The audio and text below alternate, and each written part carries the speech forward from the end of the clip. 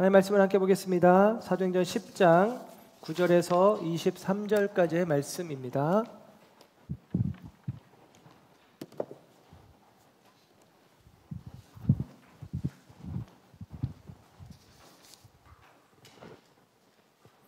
하나님의 말씀 사도행전 10장 9절에서 23절의 말씀 함께 합독합니다. 시작.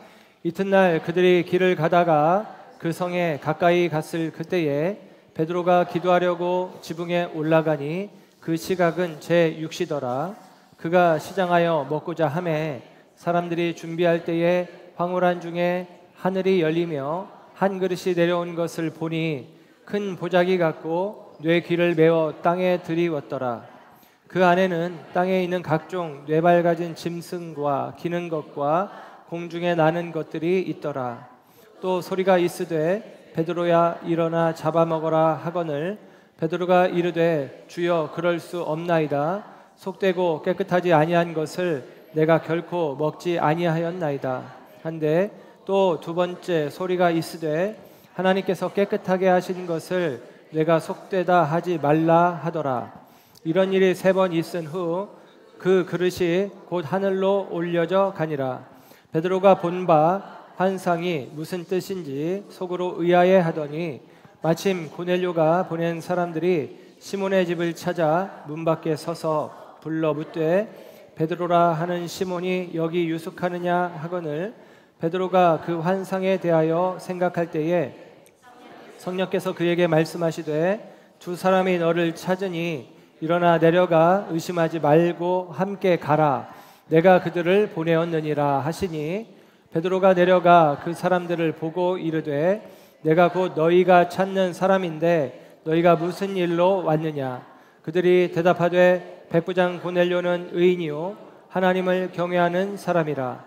유대 온 족속이 칭찬하더니 그가 거룩한 천사의 지시를 받아 당신을 그 집으로 청하여 말을 들으려 하느니라 한데 베드로가 불러들여 유숙하게 하니라.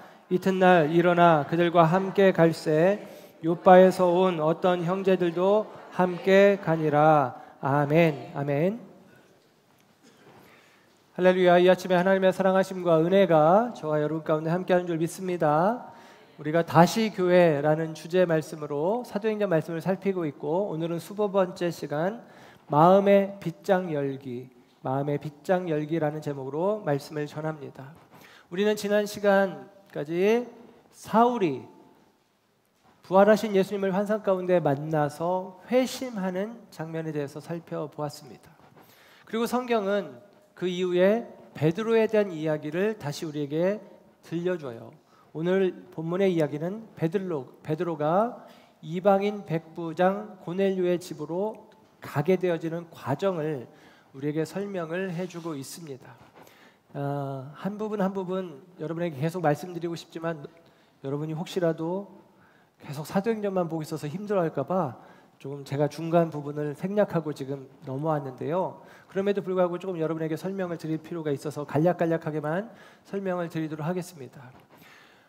베드로는 사도이죠.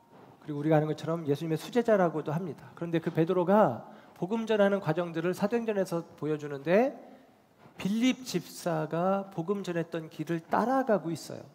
빌립이 길을 열었다면 사도 베드로는 그 길을 따라가면서 더욱더 공고하고 완전하게 이렇게 빚어가는 모습을 볼 수가 있습니다.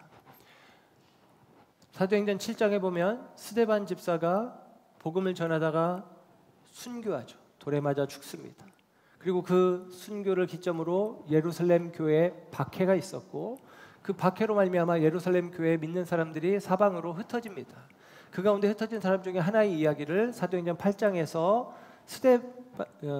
스데반 집사와 함께 집사였던 빌립 집사가 이제 그 사역을 하는 것을 봅니다.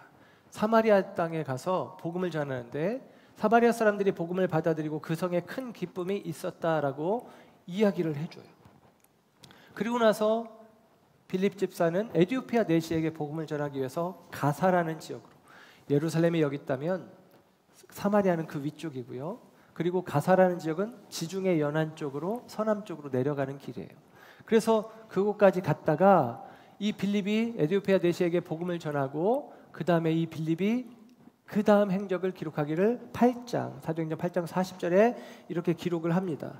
빌립은 아소도에 나타나 여러 성을 지나 다니며 복음을 전하고 가이사랴에 이르니라 그럽니다.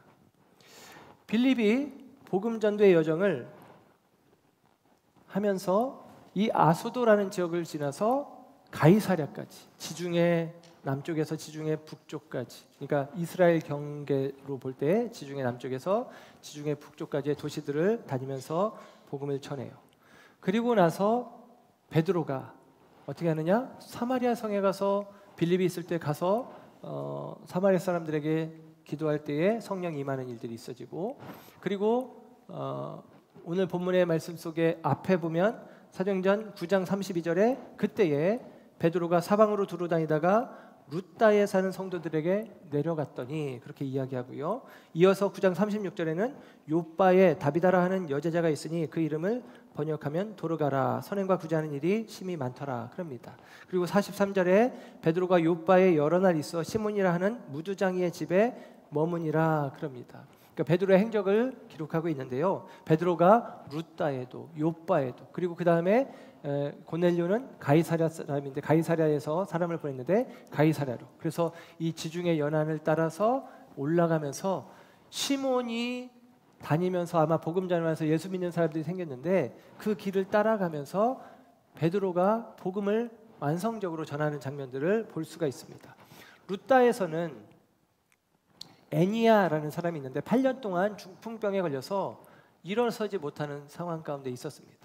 그를 찾아가서 베드로가 기도하여 고쳐줍니다. 그랬더니 루따에 있는 많은 사람들이 예수 믿고 예수님께로 돌아왔다라는 기록을 해주고 있어요. 그랬더니 그와 같은 일이 있을 때 요빠라고 하는 곳에서, 이 루따에서 한 8km 정도 떨어져 있는 곳인데 이 요빠라고 하는 항구입니다. 지중해 연안의 항구 도시예요. 예전에 이 선지자가 말하자면 이 니느웨에서 다시스로 가는 배를 타고 가는 상황들이 있을 때 그때도 요빠 항구를 이용하거나 그런 경우였어요. 그러니까 요빠는 꽤 큰 항구인데 요빠라고 하는 곳에 다비다라고 하는 여자 제자가 있었는데 다른 이름은 도르가라는 이름이에요. 그 이름의 뜻은 영양, 사슴, 가젤 뭐 그런 뜻입니다. 그래서 아름답다는 의미인데 실제로 그의 삶은 아름다운 삶이었어요. 선행과 구제가 있었던 아름다운 삶입니다. 그런데 그가 죽었다라는 사실이에요. 그래서 죽었는데 이 요빠에 있는 사람들이, 그에게 도움을 입었던 과부들이 그의 죽음을 안타까워하고 그를 차마 떠나보낼 수 없어서 베드로를 불러오도록 루따에 사람을 보냅니다. 루따에서 들려온 소식에 보니까 8년 된 중풍병자도 고치더라 그런 거죠. 그래서 베드로를 불러오는데 베드로가 이 요빠에 내려갑니다. 그리고 다비다를 위해서 기도했을 때에 죽었던 다비다가 살아나게 되어지는 거예요. 그리고 나서 베드로는 요빠에 있는 무두장이 시몬의 집에 거합니다. 죽었던 사람이 살아났어요. 그는 구제하는 일을 많이 했고 다른 과부들을 위해서 속옷과 겉옷을 지어주는 일을 했다라고 성경은 기록을 합니다. 그러면 그는 참 아름다운 일을 했죠. 그런데 그가 아름다운 일을 하다 죽었단 말이에요. 그랬는데 그가 베드로를 통해서 살았어요. 그러면 아마도 이런 생각들이 사람들 가운데 많이 들 거예요. 베드로 사도를 우리 집에 모시고 싶다, 이런 마음이 들지 않겠어요? 예를 들면 다비다의 입장에서는 죽었다가 자기가 살아났으니까 우리 집에 베드로 사도님 기거하십시오, 이렇게 할 수 있겠죠. 혹은 요빠에 있는 다른 사람들도 베드로 사도를 놀랍게 여겨서 베드로 사도님 우리 집에 기거하십시오, 이렇게 요청할 수 있어요. 그런데 베드로는 그런 것들을 생각지 아니하고 무두장이 시몬이라는 사람의 집에 가서 여러 날 동안 거했다라고 이야기를 해주고 있습니다. 이 무두장이 시몬의 집에 거하는 장면에 대해서 사도행전 10장 6절은 이렇게 기록을 해줘요. 그는 무두장이 시몬의 집에 유숙하니 그 집은 해변에 있다 하더니 그럽니다. 무두장이 시몬의 집은 해변에 있대요. 뭐 요빠가 항구 도시니까 그 항구의 해변에 경치 좋은 곳에 그 집이 있나? 라고 생각할 수 있지만 아닙니다. 다른 사람들이 거하지 않는 해변가에 홀로 집을 짓고 있는 거예요. 왜냐하면 그의 직업이 무두장이거든요. 무두장이는 가죽 세공업자를 이야기합니다. 가죽 세공업자는 가죽을 다루는 일을 하죠. 그 가죽은 죽은 짐승의 가죽 아닙니까? 그래서 죽은 짐승과의 접촉이 불가불의 관계 속에 있어요. 그러다 보니까 유대인들은 죽은 짐승, 시체를 만지는 것은 부정해지는 일이라고 여겼고, 그렇기 때문에 무두장이는 사람들의 입장에서는 부정한 사람으로 취급이 됩니다. 그래서 그 무두장이와는 사람들이 가까이 하려고 하지 않아요.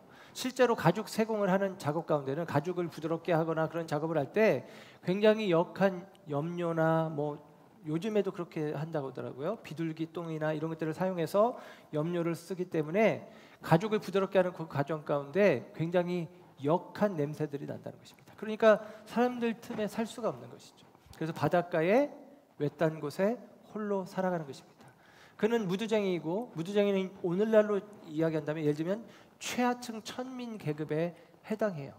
그래서 그는 사람들 틈에 있지 못하고 사람들과 떨어져서 바닷가 마을에 바닷가에 혼자 집을 짓고 살아가고 있는 상황입니다. 전에 필리핀에 선교를 갔을 때 산페르난도라는 바닷가 이 해변에 모래사장 위에 사람들이 집을 짓고 사는 거예요. 우리가 볼 때는 참 낭만이 있다 이런 느낌이 들 수 있지만 그게 아니라 거기에 사람들이 집을 짓고 사는 것은 거기 있는 사람들은 다 가난한 사람들이고 자기 소유가 없는 사람들이에요. 그런데 바닷가 모래땅은 주인이 없는 땅이에요. 그러니까 거기에 집을 짓고 사는 것입니다. 그처럼 열악한 삶 가운데 있는 경우들이 있죠. 그런데 오늘 무두장의 시몬은 가죽을 그리고 죽은 짐승을 만진다는 이유로 사람들에게서 분리된 채 살아가고 있는 거예요. 그런데 베드로가 다비다의 집도 아니고 또 다른 유력한 요바에 있는 유력한 자의 집도 아니고 무두장이 시몬의 집에 가서 기거했다. 여러 날 동안 유숙했다라고 성경은 기록해 주고 있습니다. 무두장의 집에서 잠을 잔다는 것은 자기 자신을 부정케도 할 수 있다는 유대인들의 전통적인 생각이 있었지만 그는 예수 그리스도 안에서 새로운 생각과 새로운 마음을 가지고 이 그릇된 계급의식, 그릇된 이 사회적인 편견을 뛰어넘는 게 바로 베드로였다라고 하는 사실입니다. 베드로가 이 무두장의 집에서 베드로가 지낸다는 것은 무두장이가 부잣집이어가지고 게스트룸을 따로 이렇게 마련해 놓은 게 아니라 아마도 어쩌면 무두장이가 덮던 이불을 덮고 자야 될 것이고 무두장이가 먹던 밥그릇으로 숟가락으로 밥을 먹어야 될 거예요. 그러니까 가장 많은 접촉이 있을 수밖에 없는 상황인데 그 부정한 자와의 접촉을 극도로 꺼리는 유대인들의 입장에서 베드로가 무두장이의 집에 기거했다는 것은 놀라운 일입니다. 그런데요, 그 베드로가 그 유대인들이 가졌던 사회적인 편견을 뛰어넘는 그리고 그 편견을 뛰어넘어서 유대인 무두장이 시몬과 함께하는 일이 있었지만 오늘 우리가 보고 있는 성경의 이야기는 그럼에도 불구하고 이 베드로가 완전히 이 편견과 선입견 그리고 사회적인 그 구조의 벽을 뛰어넘은 것은 아니다라고 성경이 사실은 우리에게 이야기를 해주고 있습니다. 오늘 본문의 이야기는 고넬료라고 하는 가이사랴라는 지역에 귀거했던 이탈리아 백부장이 사람을 보내어서 베드로를 자기 집에 청하는 거거든요. 백부장은 가이사랴라고 하는 곳은 요빠에서 50km 정도 더 북쪽으로 떨어진 가장 큰 항구 도시입니다.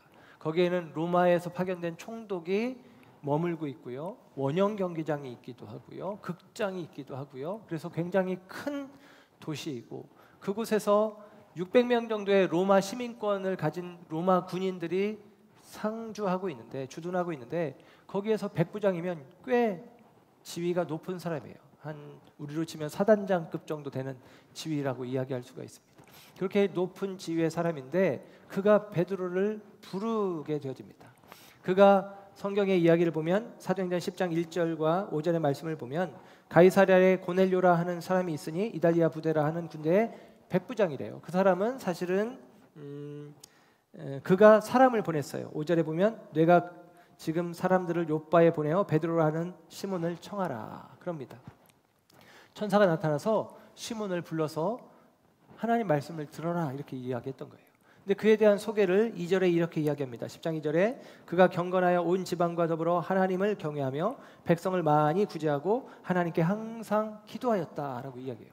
그는 하나님을 경외해서 하나님을 경배하는 일, 예배하는 일을 마다하지 않았고 그리고 구제하는 일들도 열심히 했으며 기도하는 것도 힘썼다는 거예요. 그러니까 그 기도하는 중에 환상 가운데 천사가 말하기를 욥바의 베드로라고 하는 사람이 있는데 불러오라는 거예요. 그래서 시몬이 군인 1명과 그리고 딸린 사환 2명을 보냅니다. 3명의 사람을 욥바로 보냈어요. 그리고 오늘 우리가 읽은 본문의 이야기는 그들이 오고 있는 와중에 되어진 이야기를 성경이 기록해주고 있습니다. 오늘 성경을 말씀 볼까요? 오늘 10장 9절부터가 오늘 본문이었는데요.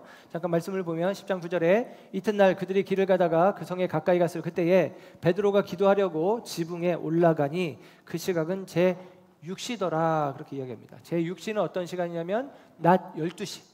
낮 12시에 유대인들의 습관을 따라서 정오 기도 시간에 기도하기 위해서 지붕 위로 올라가서 기도를 하는데 그때에 베드로가 배고파 하는 마음이 들었어요. 그래서 밥 먹으러 내려갈까 하는데 그 찰나에 하늘로부터 환상이 임하는데 환상이 주어지는데 그 환상의 내용은 하늘에서부터 보자기가 내려오는데 보자기 뇌 귀퉁이에 줄이 달려있는데 그 줄이 달려있는 뇌 귀에 줄이 달려있는 보자기가 내려오는데 그 보자기 안에 부정한 동물들 음식들이 담겨 있다는 거예요.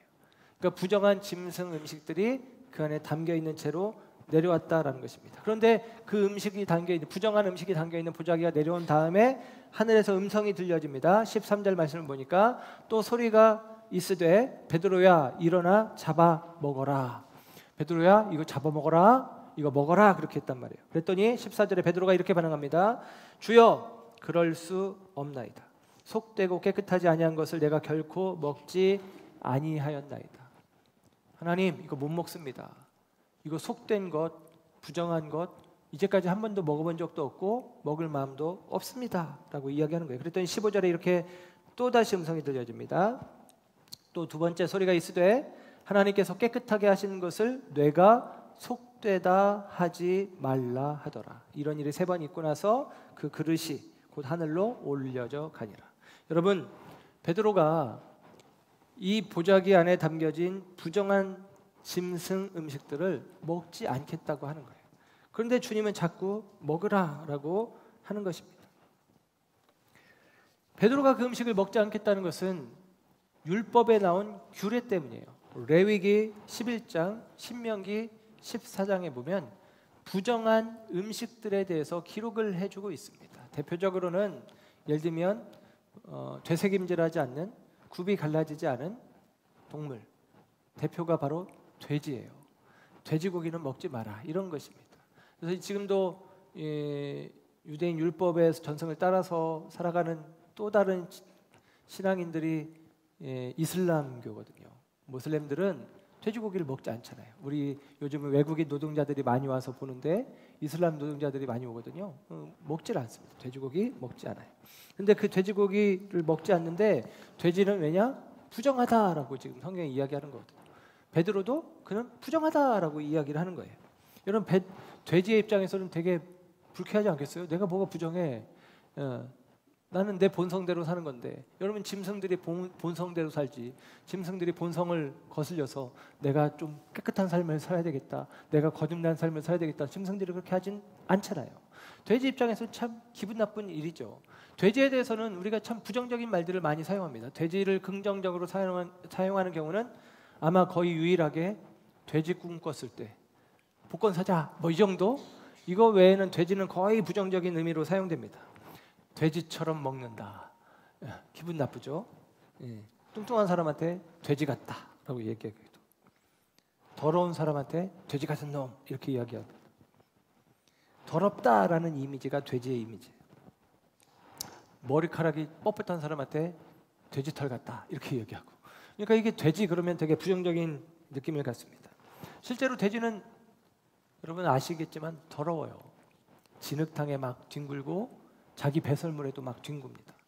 저도 어렸을 때 돼지를 집 집에서 이렇게 돼지우리를 집 옆에 바로 붙여서 키웠는데 똥에 가서 자꾸 이렇게 몸을 비비고 뒹굴어요. 도대체 왜 저러나. 역시 돼지는 돼지구나 이런 생각이 드는데 그게 돼지가 그렇게 하는 이유가 있답니다. 돼지는 땀샘이 없대요.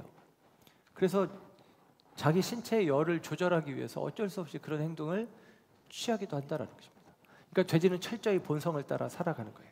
그런데 사람들은 그 모습들을 보고 더럽다라고 이야기하는 것이죠. 더럽다. 그런데 사실 돼지가 더럽다기보다는 되새김질하는 짐승들이 인간에게 유익한 경우들이 있습니다. 뭐냐면 되새김질하는 짐승들은 일을 하죠. 소 같은 거. 젖을 내주죠. 젖을 짜잖아요. 양이나 염소나 소나. 그리고 풀을 먹습니다.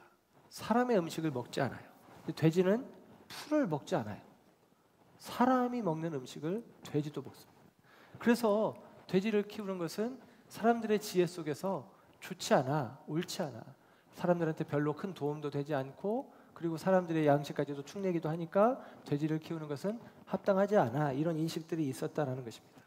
그래서 사실은 그런 인식들 속에서 부정한 음식의 규정이라고 하는 것이 그냥 하나님께서 이건 부정해, 이건 정해라기보다는 사람들이 가지고 있었던 일반적인 생각에 대해서 하나님께서 말씀으로 규정해 주시는 거예요. 그래서 부정한 음식이라고 하는 것이 더러워서가 아니라 생활의 지혜 속에서 나온 결과들입니다. 예를 들면 부정한 것들에 대해서 성경이 막을 때 부정하다라고 했을 때 손을 씻지 않고 먹으면 안 돼? 이런 것들이죠.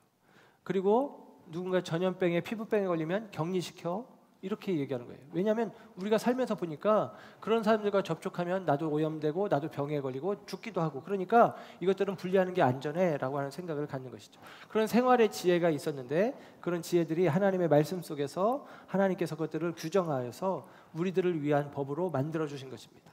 그런데 그 법의 문자에 매어진 채로 살아가는 경우들이 많이 있어요. 그래서 예수님 때 이런 경우가 있죠.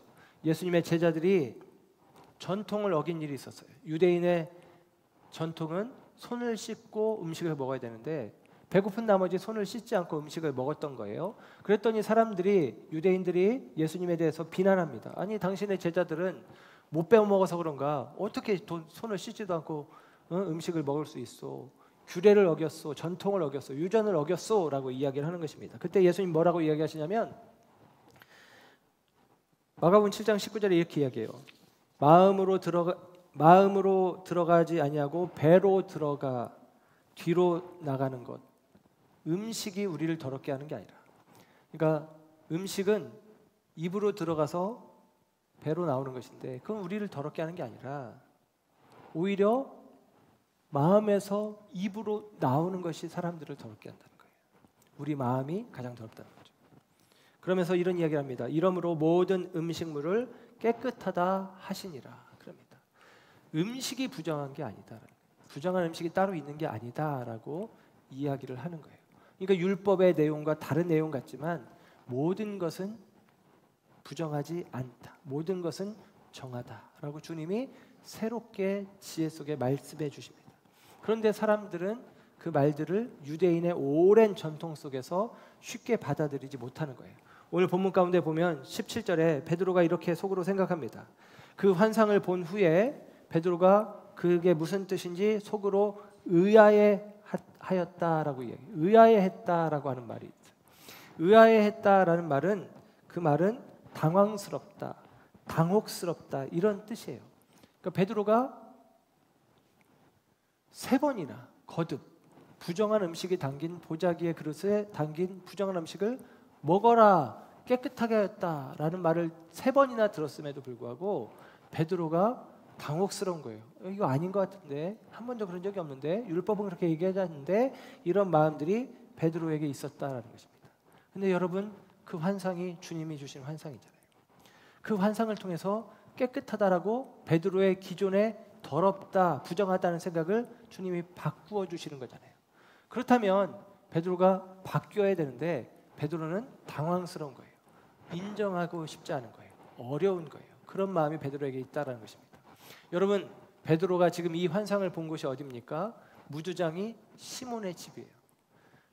무두장이의 집에 들어가는 것이 유대인들의 생각으로는 부정해지는 것이라고 여겼는데 그 유대인들이 가진 사회적인 편견, 그 사회적인 편견을 깨뜨리고 그 편견의 벽을 넘어 베드로가 의도적으로 무두장이 시몬 역시도 하나님의 백성이라는 사실을 보여주기 위해서 그 집으로 들어갔습니다.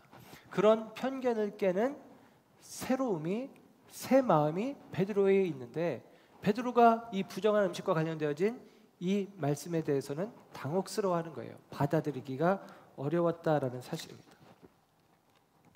유대인의 편견을 극복한 이 무두장이 시몬의 집에서 이와 같은 환상이 주어졌을 때, 그리고 말씀이 주어졌을 때 어쩌면 베드로는 자기 안에 남겨진 남은 부분의 편견과 선입견과 그리고 그 그릇된 생각의 벽을 무너뜨리고 그 밖으로 나와야 되는데 아직 베드로는 그러하지 못했다라는 사실입니다.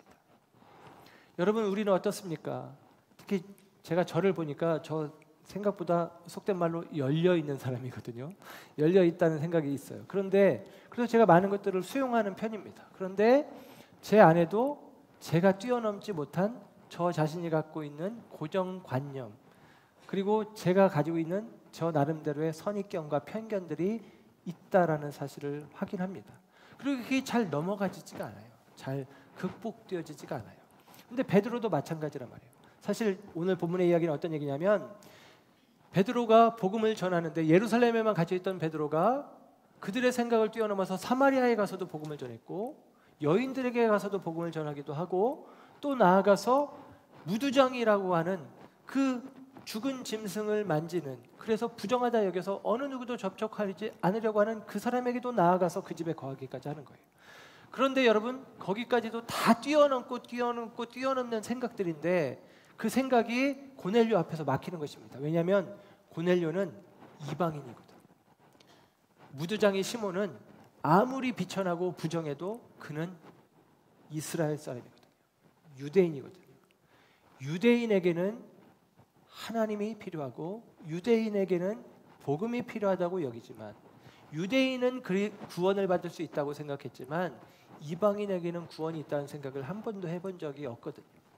그런데 하나님께서는 유대인이 아닌 이방인 고넬료가 하나님을 경외하는 믿음으로 구제하는 일도 마다하지 않고 그가 기도하기를 힘쓰는 모습들을 보는 것을 보며 은혜 베풀기를 원하셔서 베드로를 통해서 예수 복음을 그에게 들려주려고 하시는 거예요. 그런데 베드로가 정작 그 이야기를 듣고 아닌데 하는 마음들이 남아있는 것입니다. 베드로는 우리보다 편견을 뛰어넘는 힘과 능력이 있었던 사람이지만 그가 남은 하나의 벽, 유대인 아닌 이방인에게 나아가 복음을 전하는 것에 대해서는 아직 그 벽을 뛰어넘지 못한 상태였다라는 사실입니다. 그러니까 당혹스러운 거예요. 그러니까 의아해하는 거예요. 그때에 오늘 성경의 이야기는 오늘 20절에 보면 이렇게 이야기합니다. 성령께서 19절 베드로에게 말씀하셔요. 두 사람이 너를 찾아오는데 일어나서 의심하지 말고 그들과 함께 가라. 내가 그들을 너에게 보냈다라고 이야기를 합니다. 사람들이 너를 찾아올 건데 그 사람들은 내가 보낸 거야. 성령님이 보냈다는 거예요. 그럼 성령님이 보낸 사람이면 그들은 어떻게 돼요? 당연히 영접해야 되고 함께 해야 되고 그들과 함께 동행해야 되는 거예요. 왜? 성령님이 하신 일이니까. 베드로가 성령의 음성에 성령의 말씀에 부정할 수가 없으니까.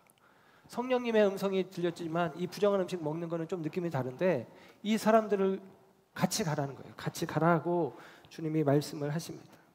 그래서 성령의 요청에 어쩔 수 없이 그는 그들을 만나고 그들의 요청을 수락해서 그들과 함께 가이사랴로 고넬료의 집으로 가기로 결정을 하고 있다는 사실입니다. 이것은 베드로가 원해서라기보다는 성령의 강권적인 명령 때문에 가능했던 일이에요. 실제로 베드로는 사도행전 10장 28절 29절 말씀해 보면 이렇게 고넬료의 집에 가서 이런 이야기를 해요. 다음 시간에 보겠지만 이르되 유대인으로서 이방인과 교제하며 가까이 하는 것이 위법인 줄을 너희도 알거니와. 너도 알잖아.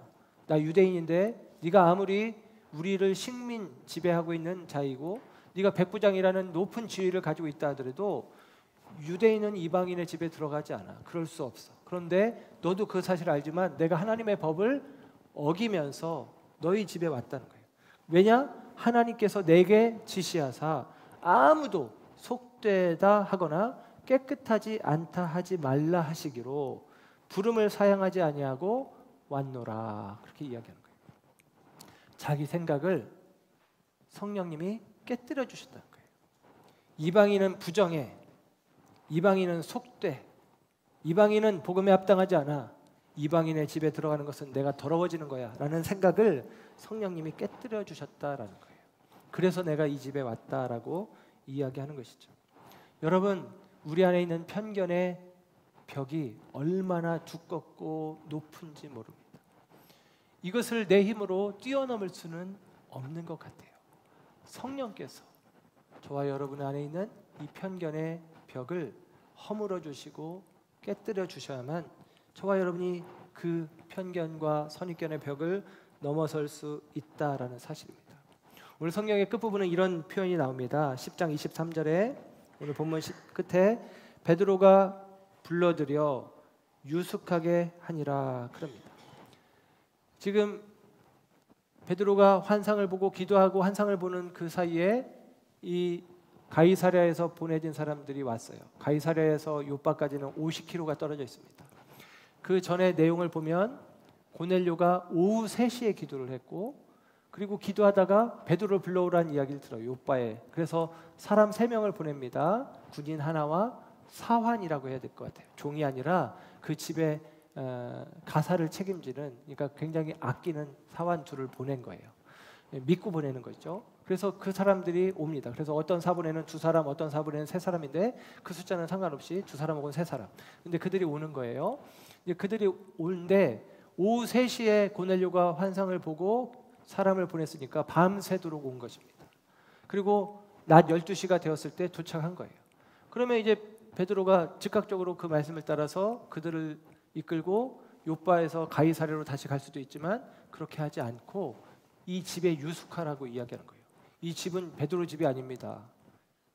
무주장이 시몬의 집이에요. 남의 집인데 여기서 하룻밤 머물다 가? 이렇게 하는 거예요. 베드로가 참 배짱이 대단한데, 근데 여러분, 이 지금 무주장이 시몬의 집에 지금 본문 23절에 되어진 일이 놀라운 일이에요. 첫째, 거기에 베드로가 있습니다. 사도죠. 그리고 유대인들이 그토록 경언하는, 그토록 천대하는 무주장이가 그 집에 있습니다. 아마 그의 식구들도 거기 함께 있었겠죠.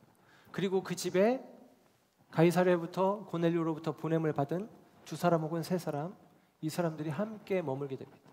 그들은 이방인입니다. 유대인, 그리고 유대인 가운데 떠밀려 있는 유대인이지만 비천하다 여겨지는 무주장이, 그 가족, 그리고 이방인이 지금 함께 시몬의 집에 유숙하는 거예요.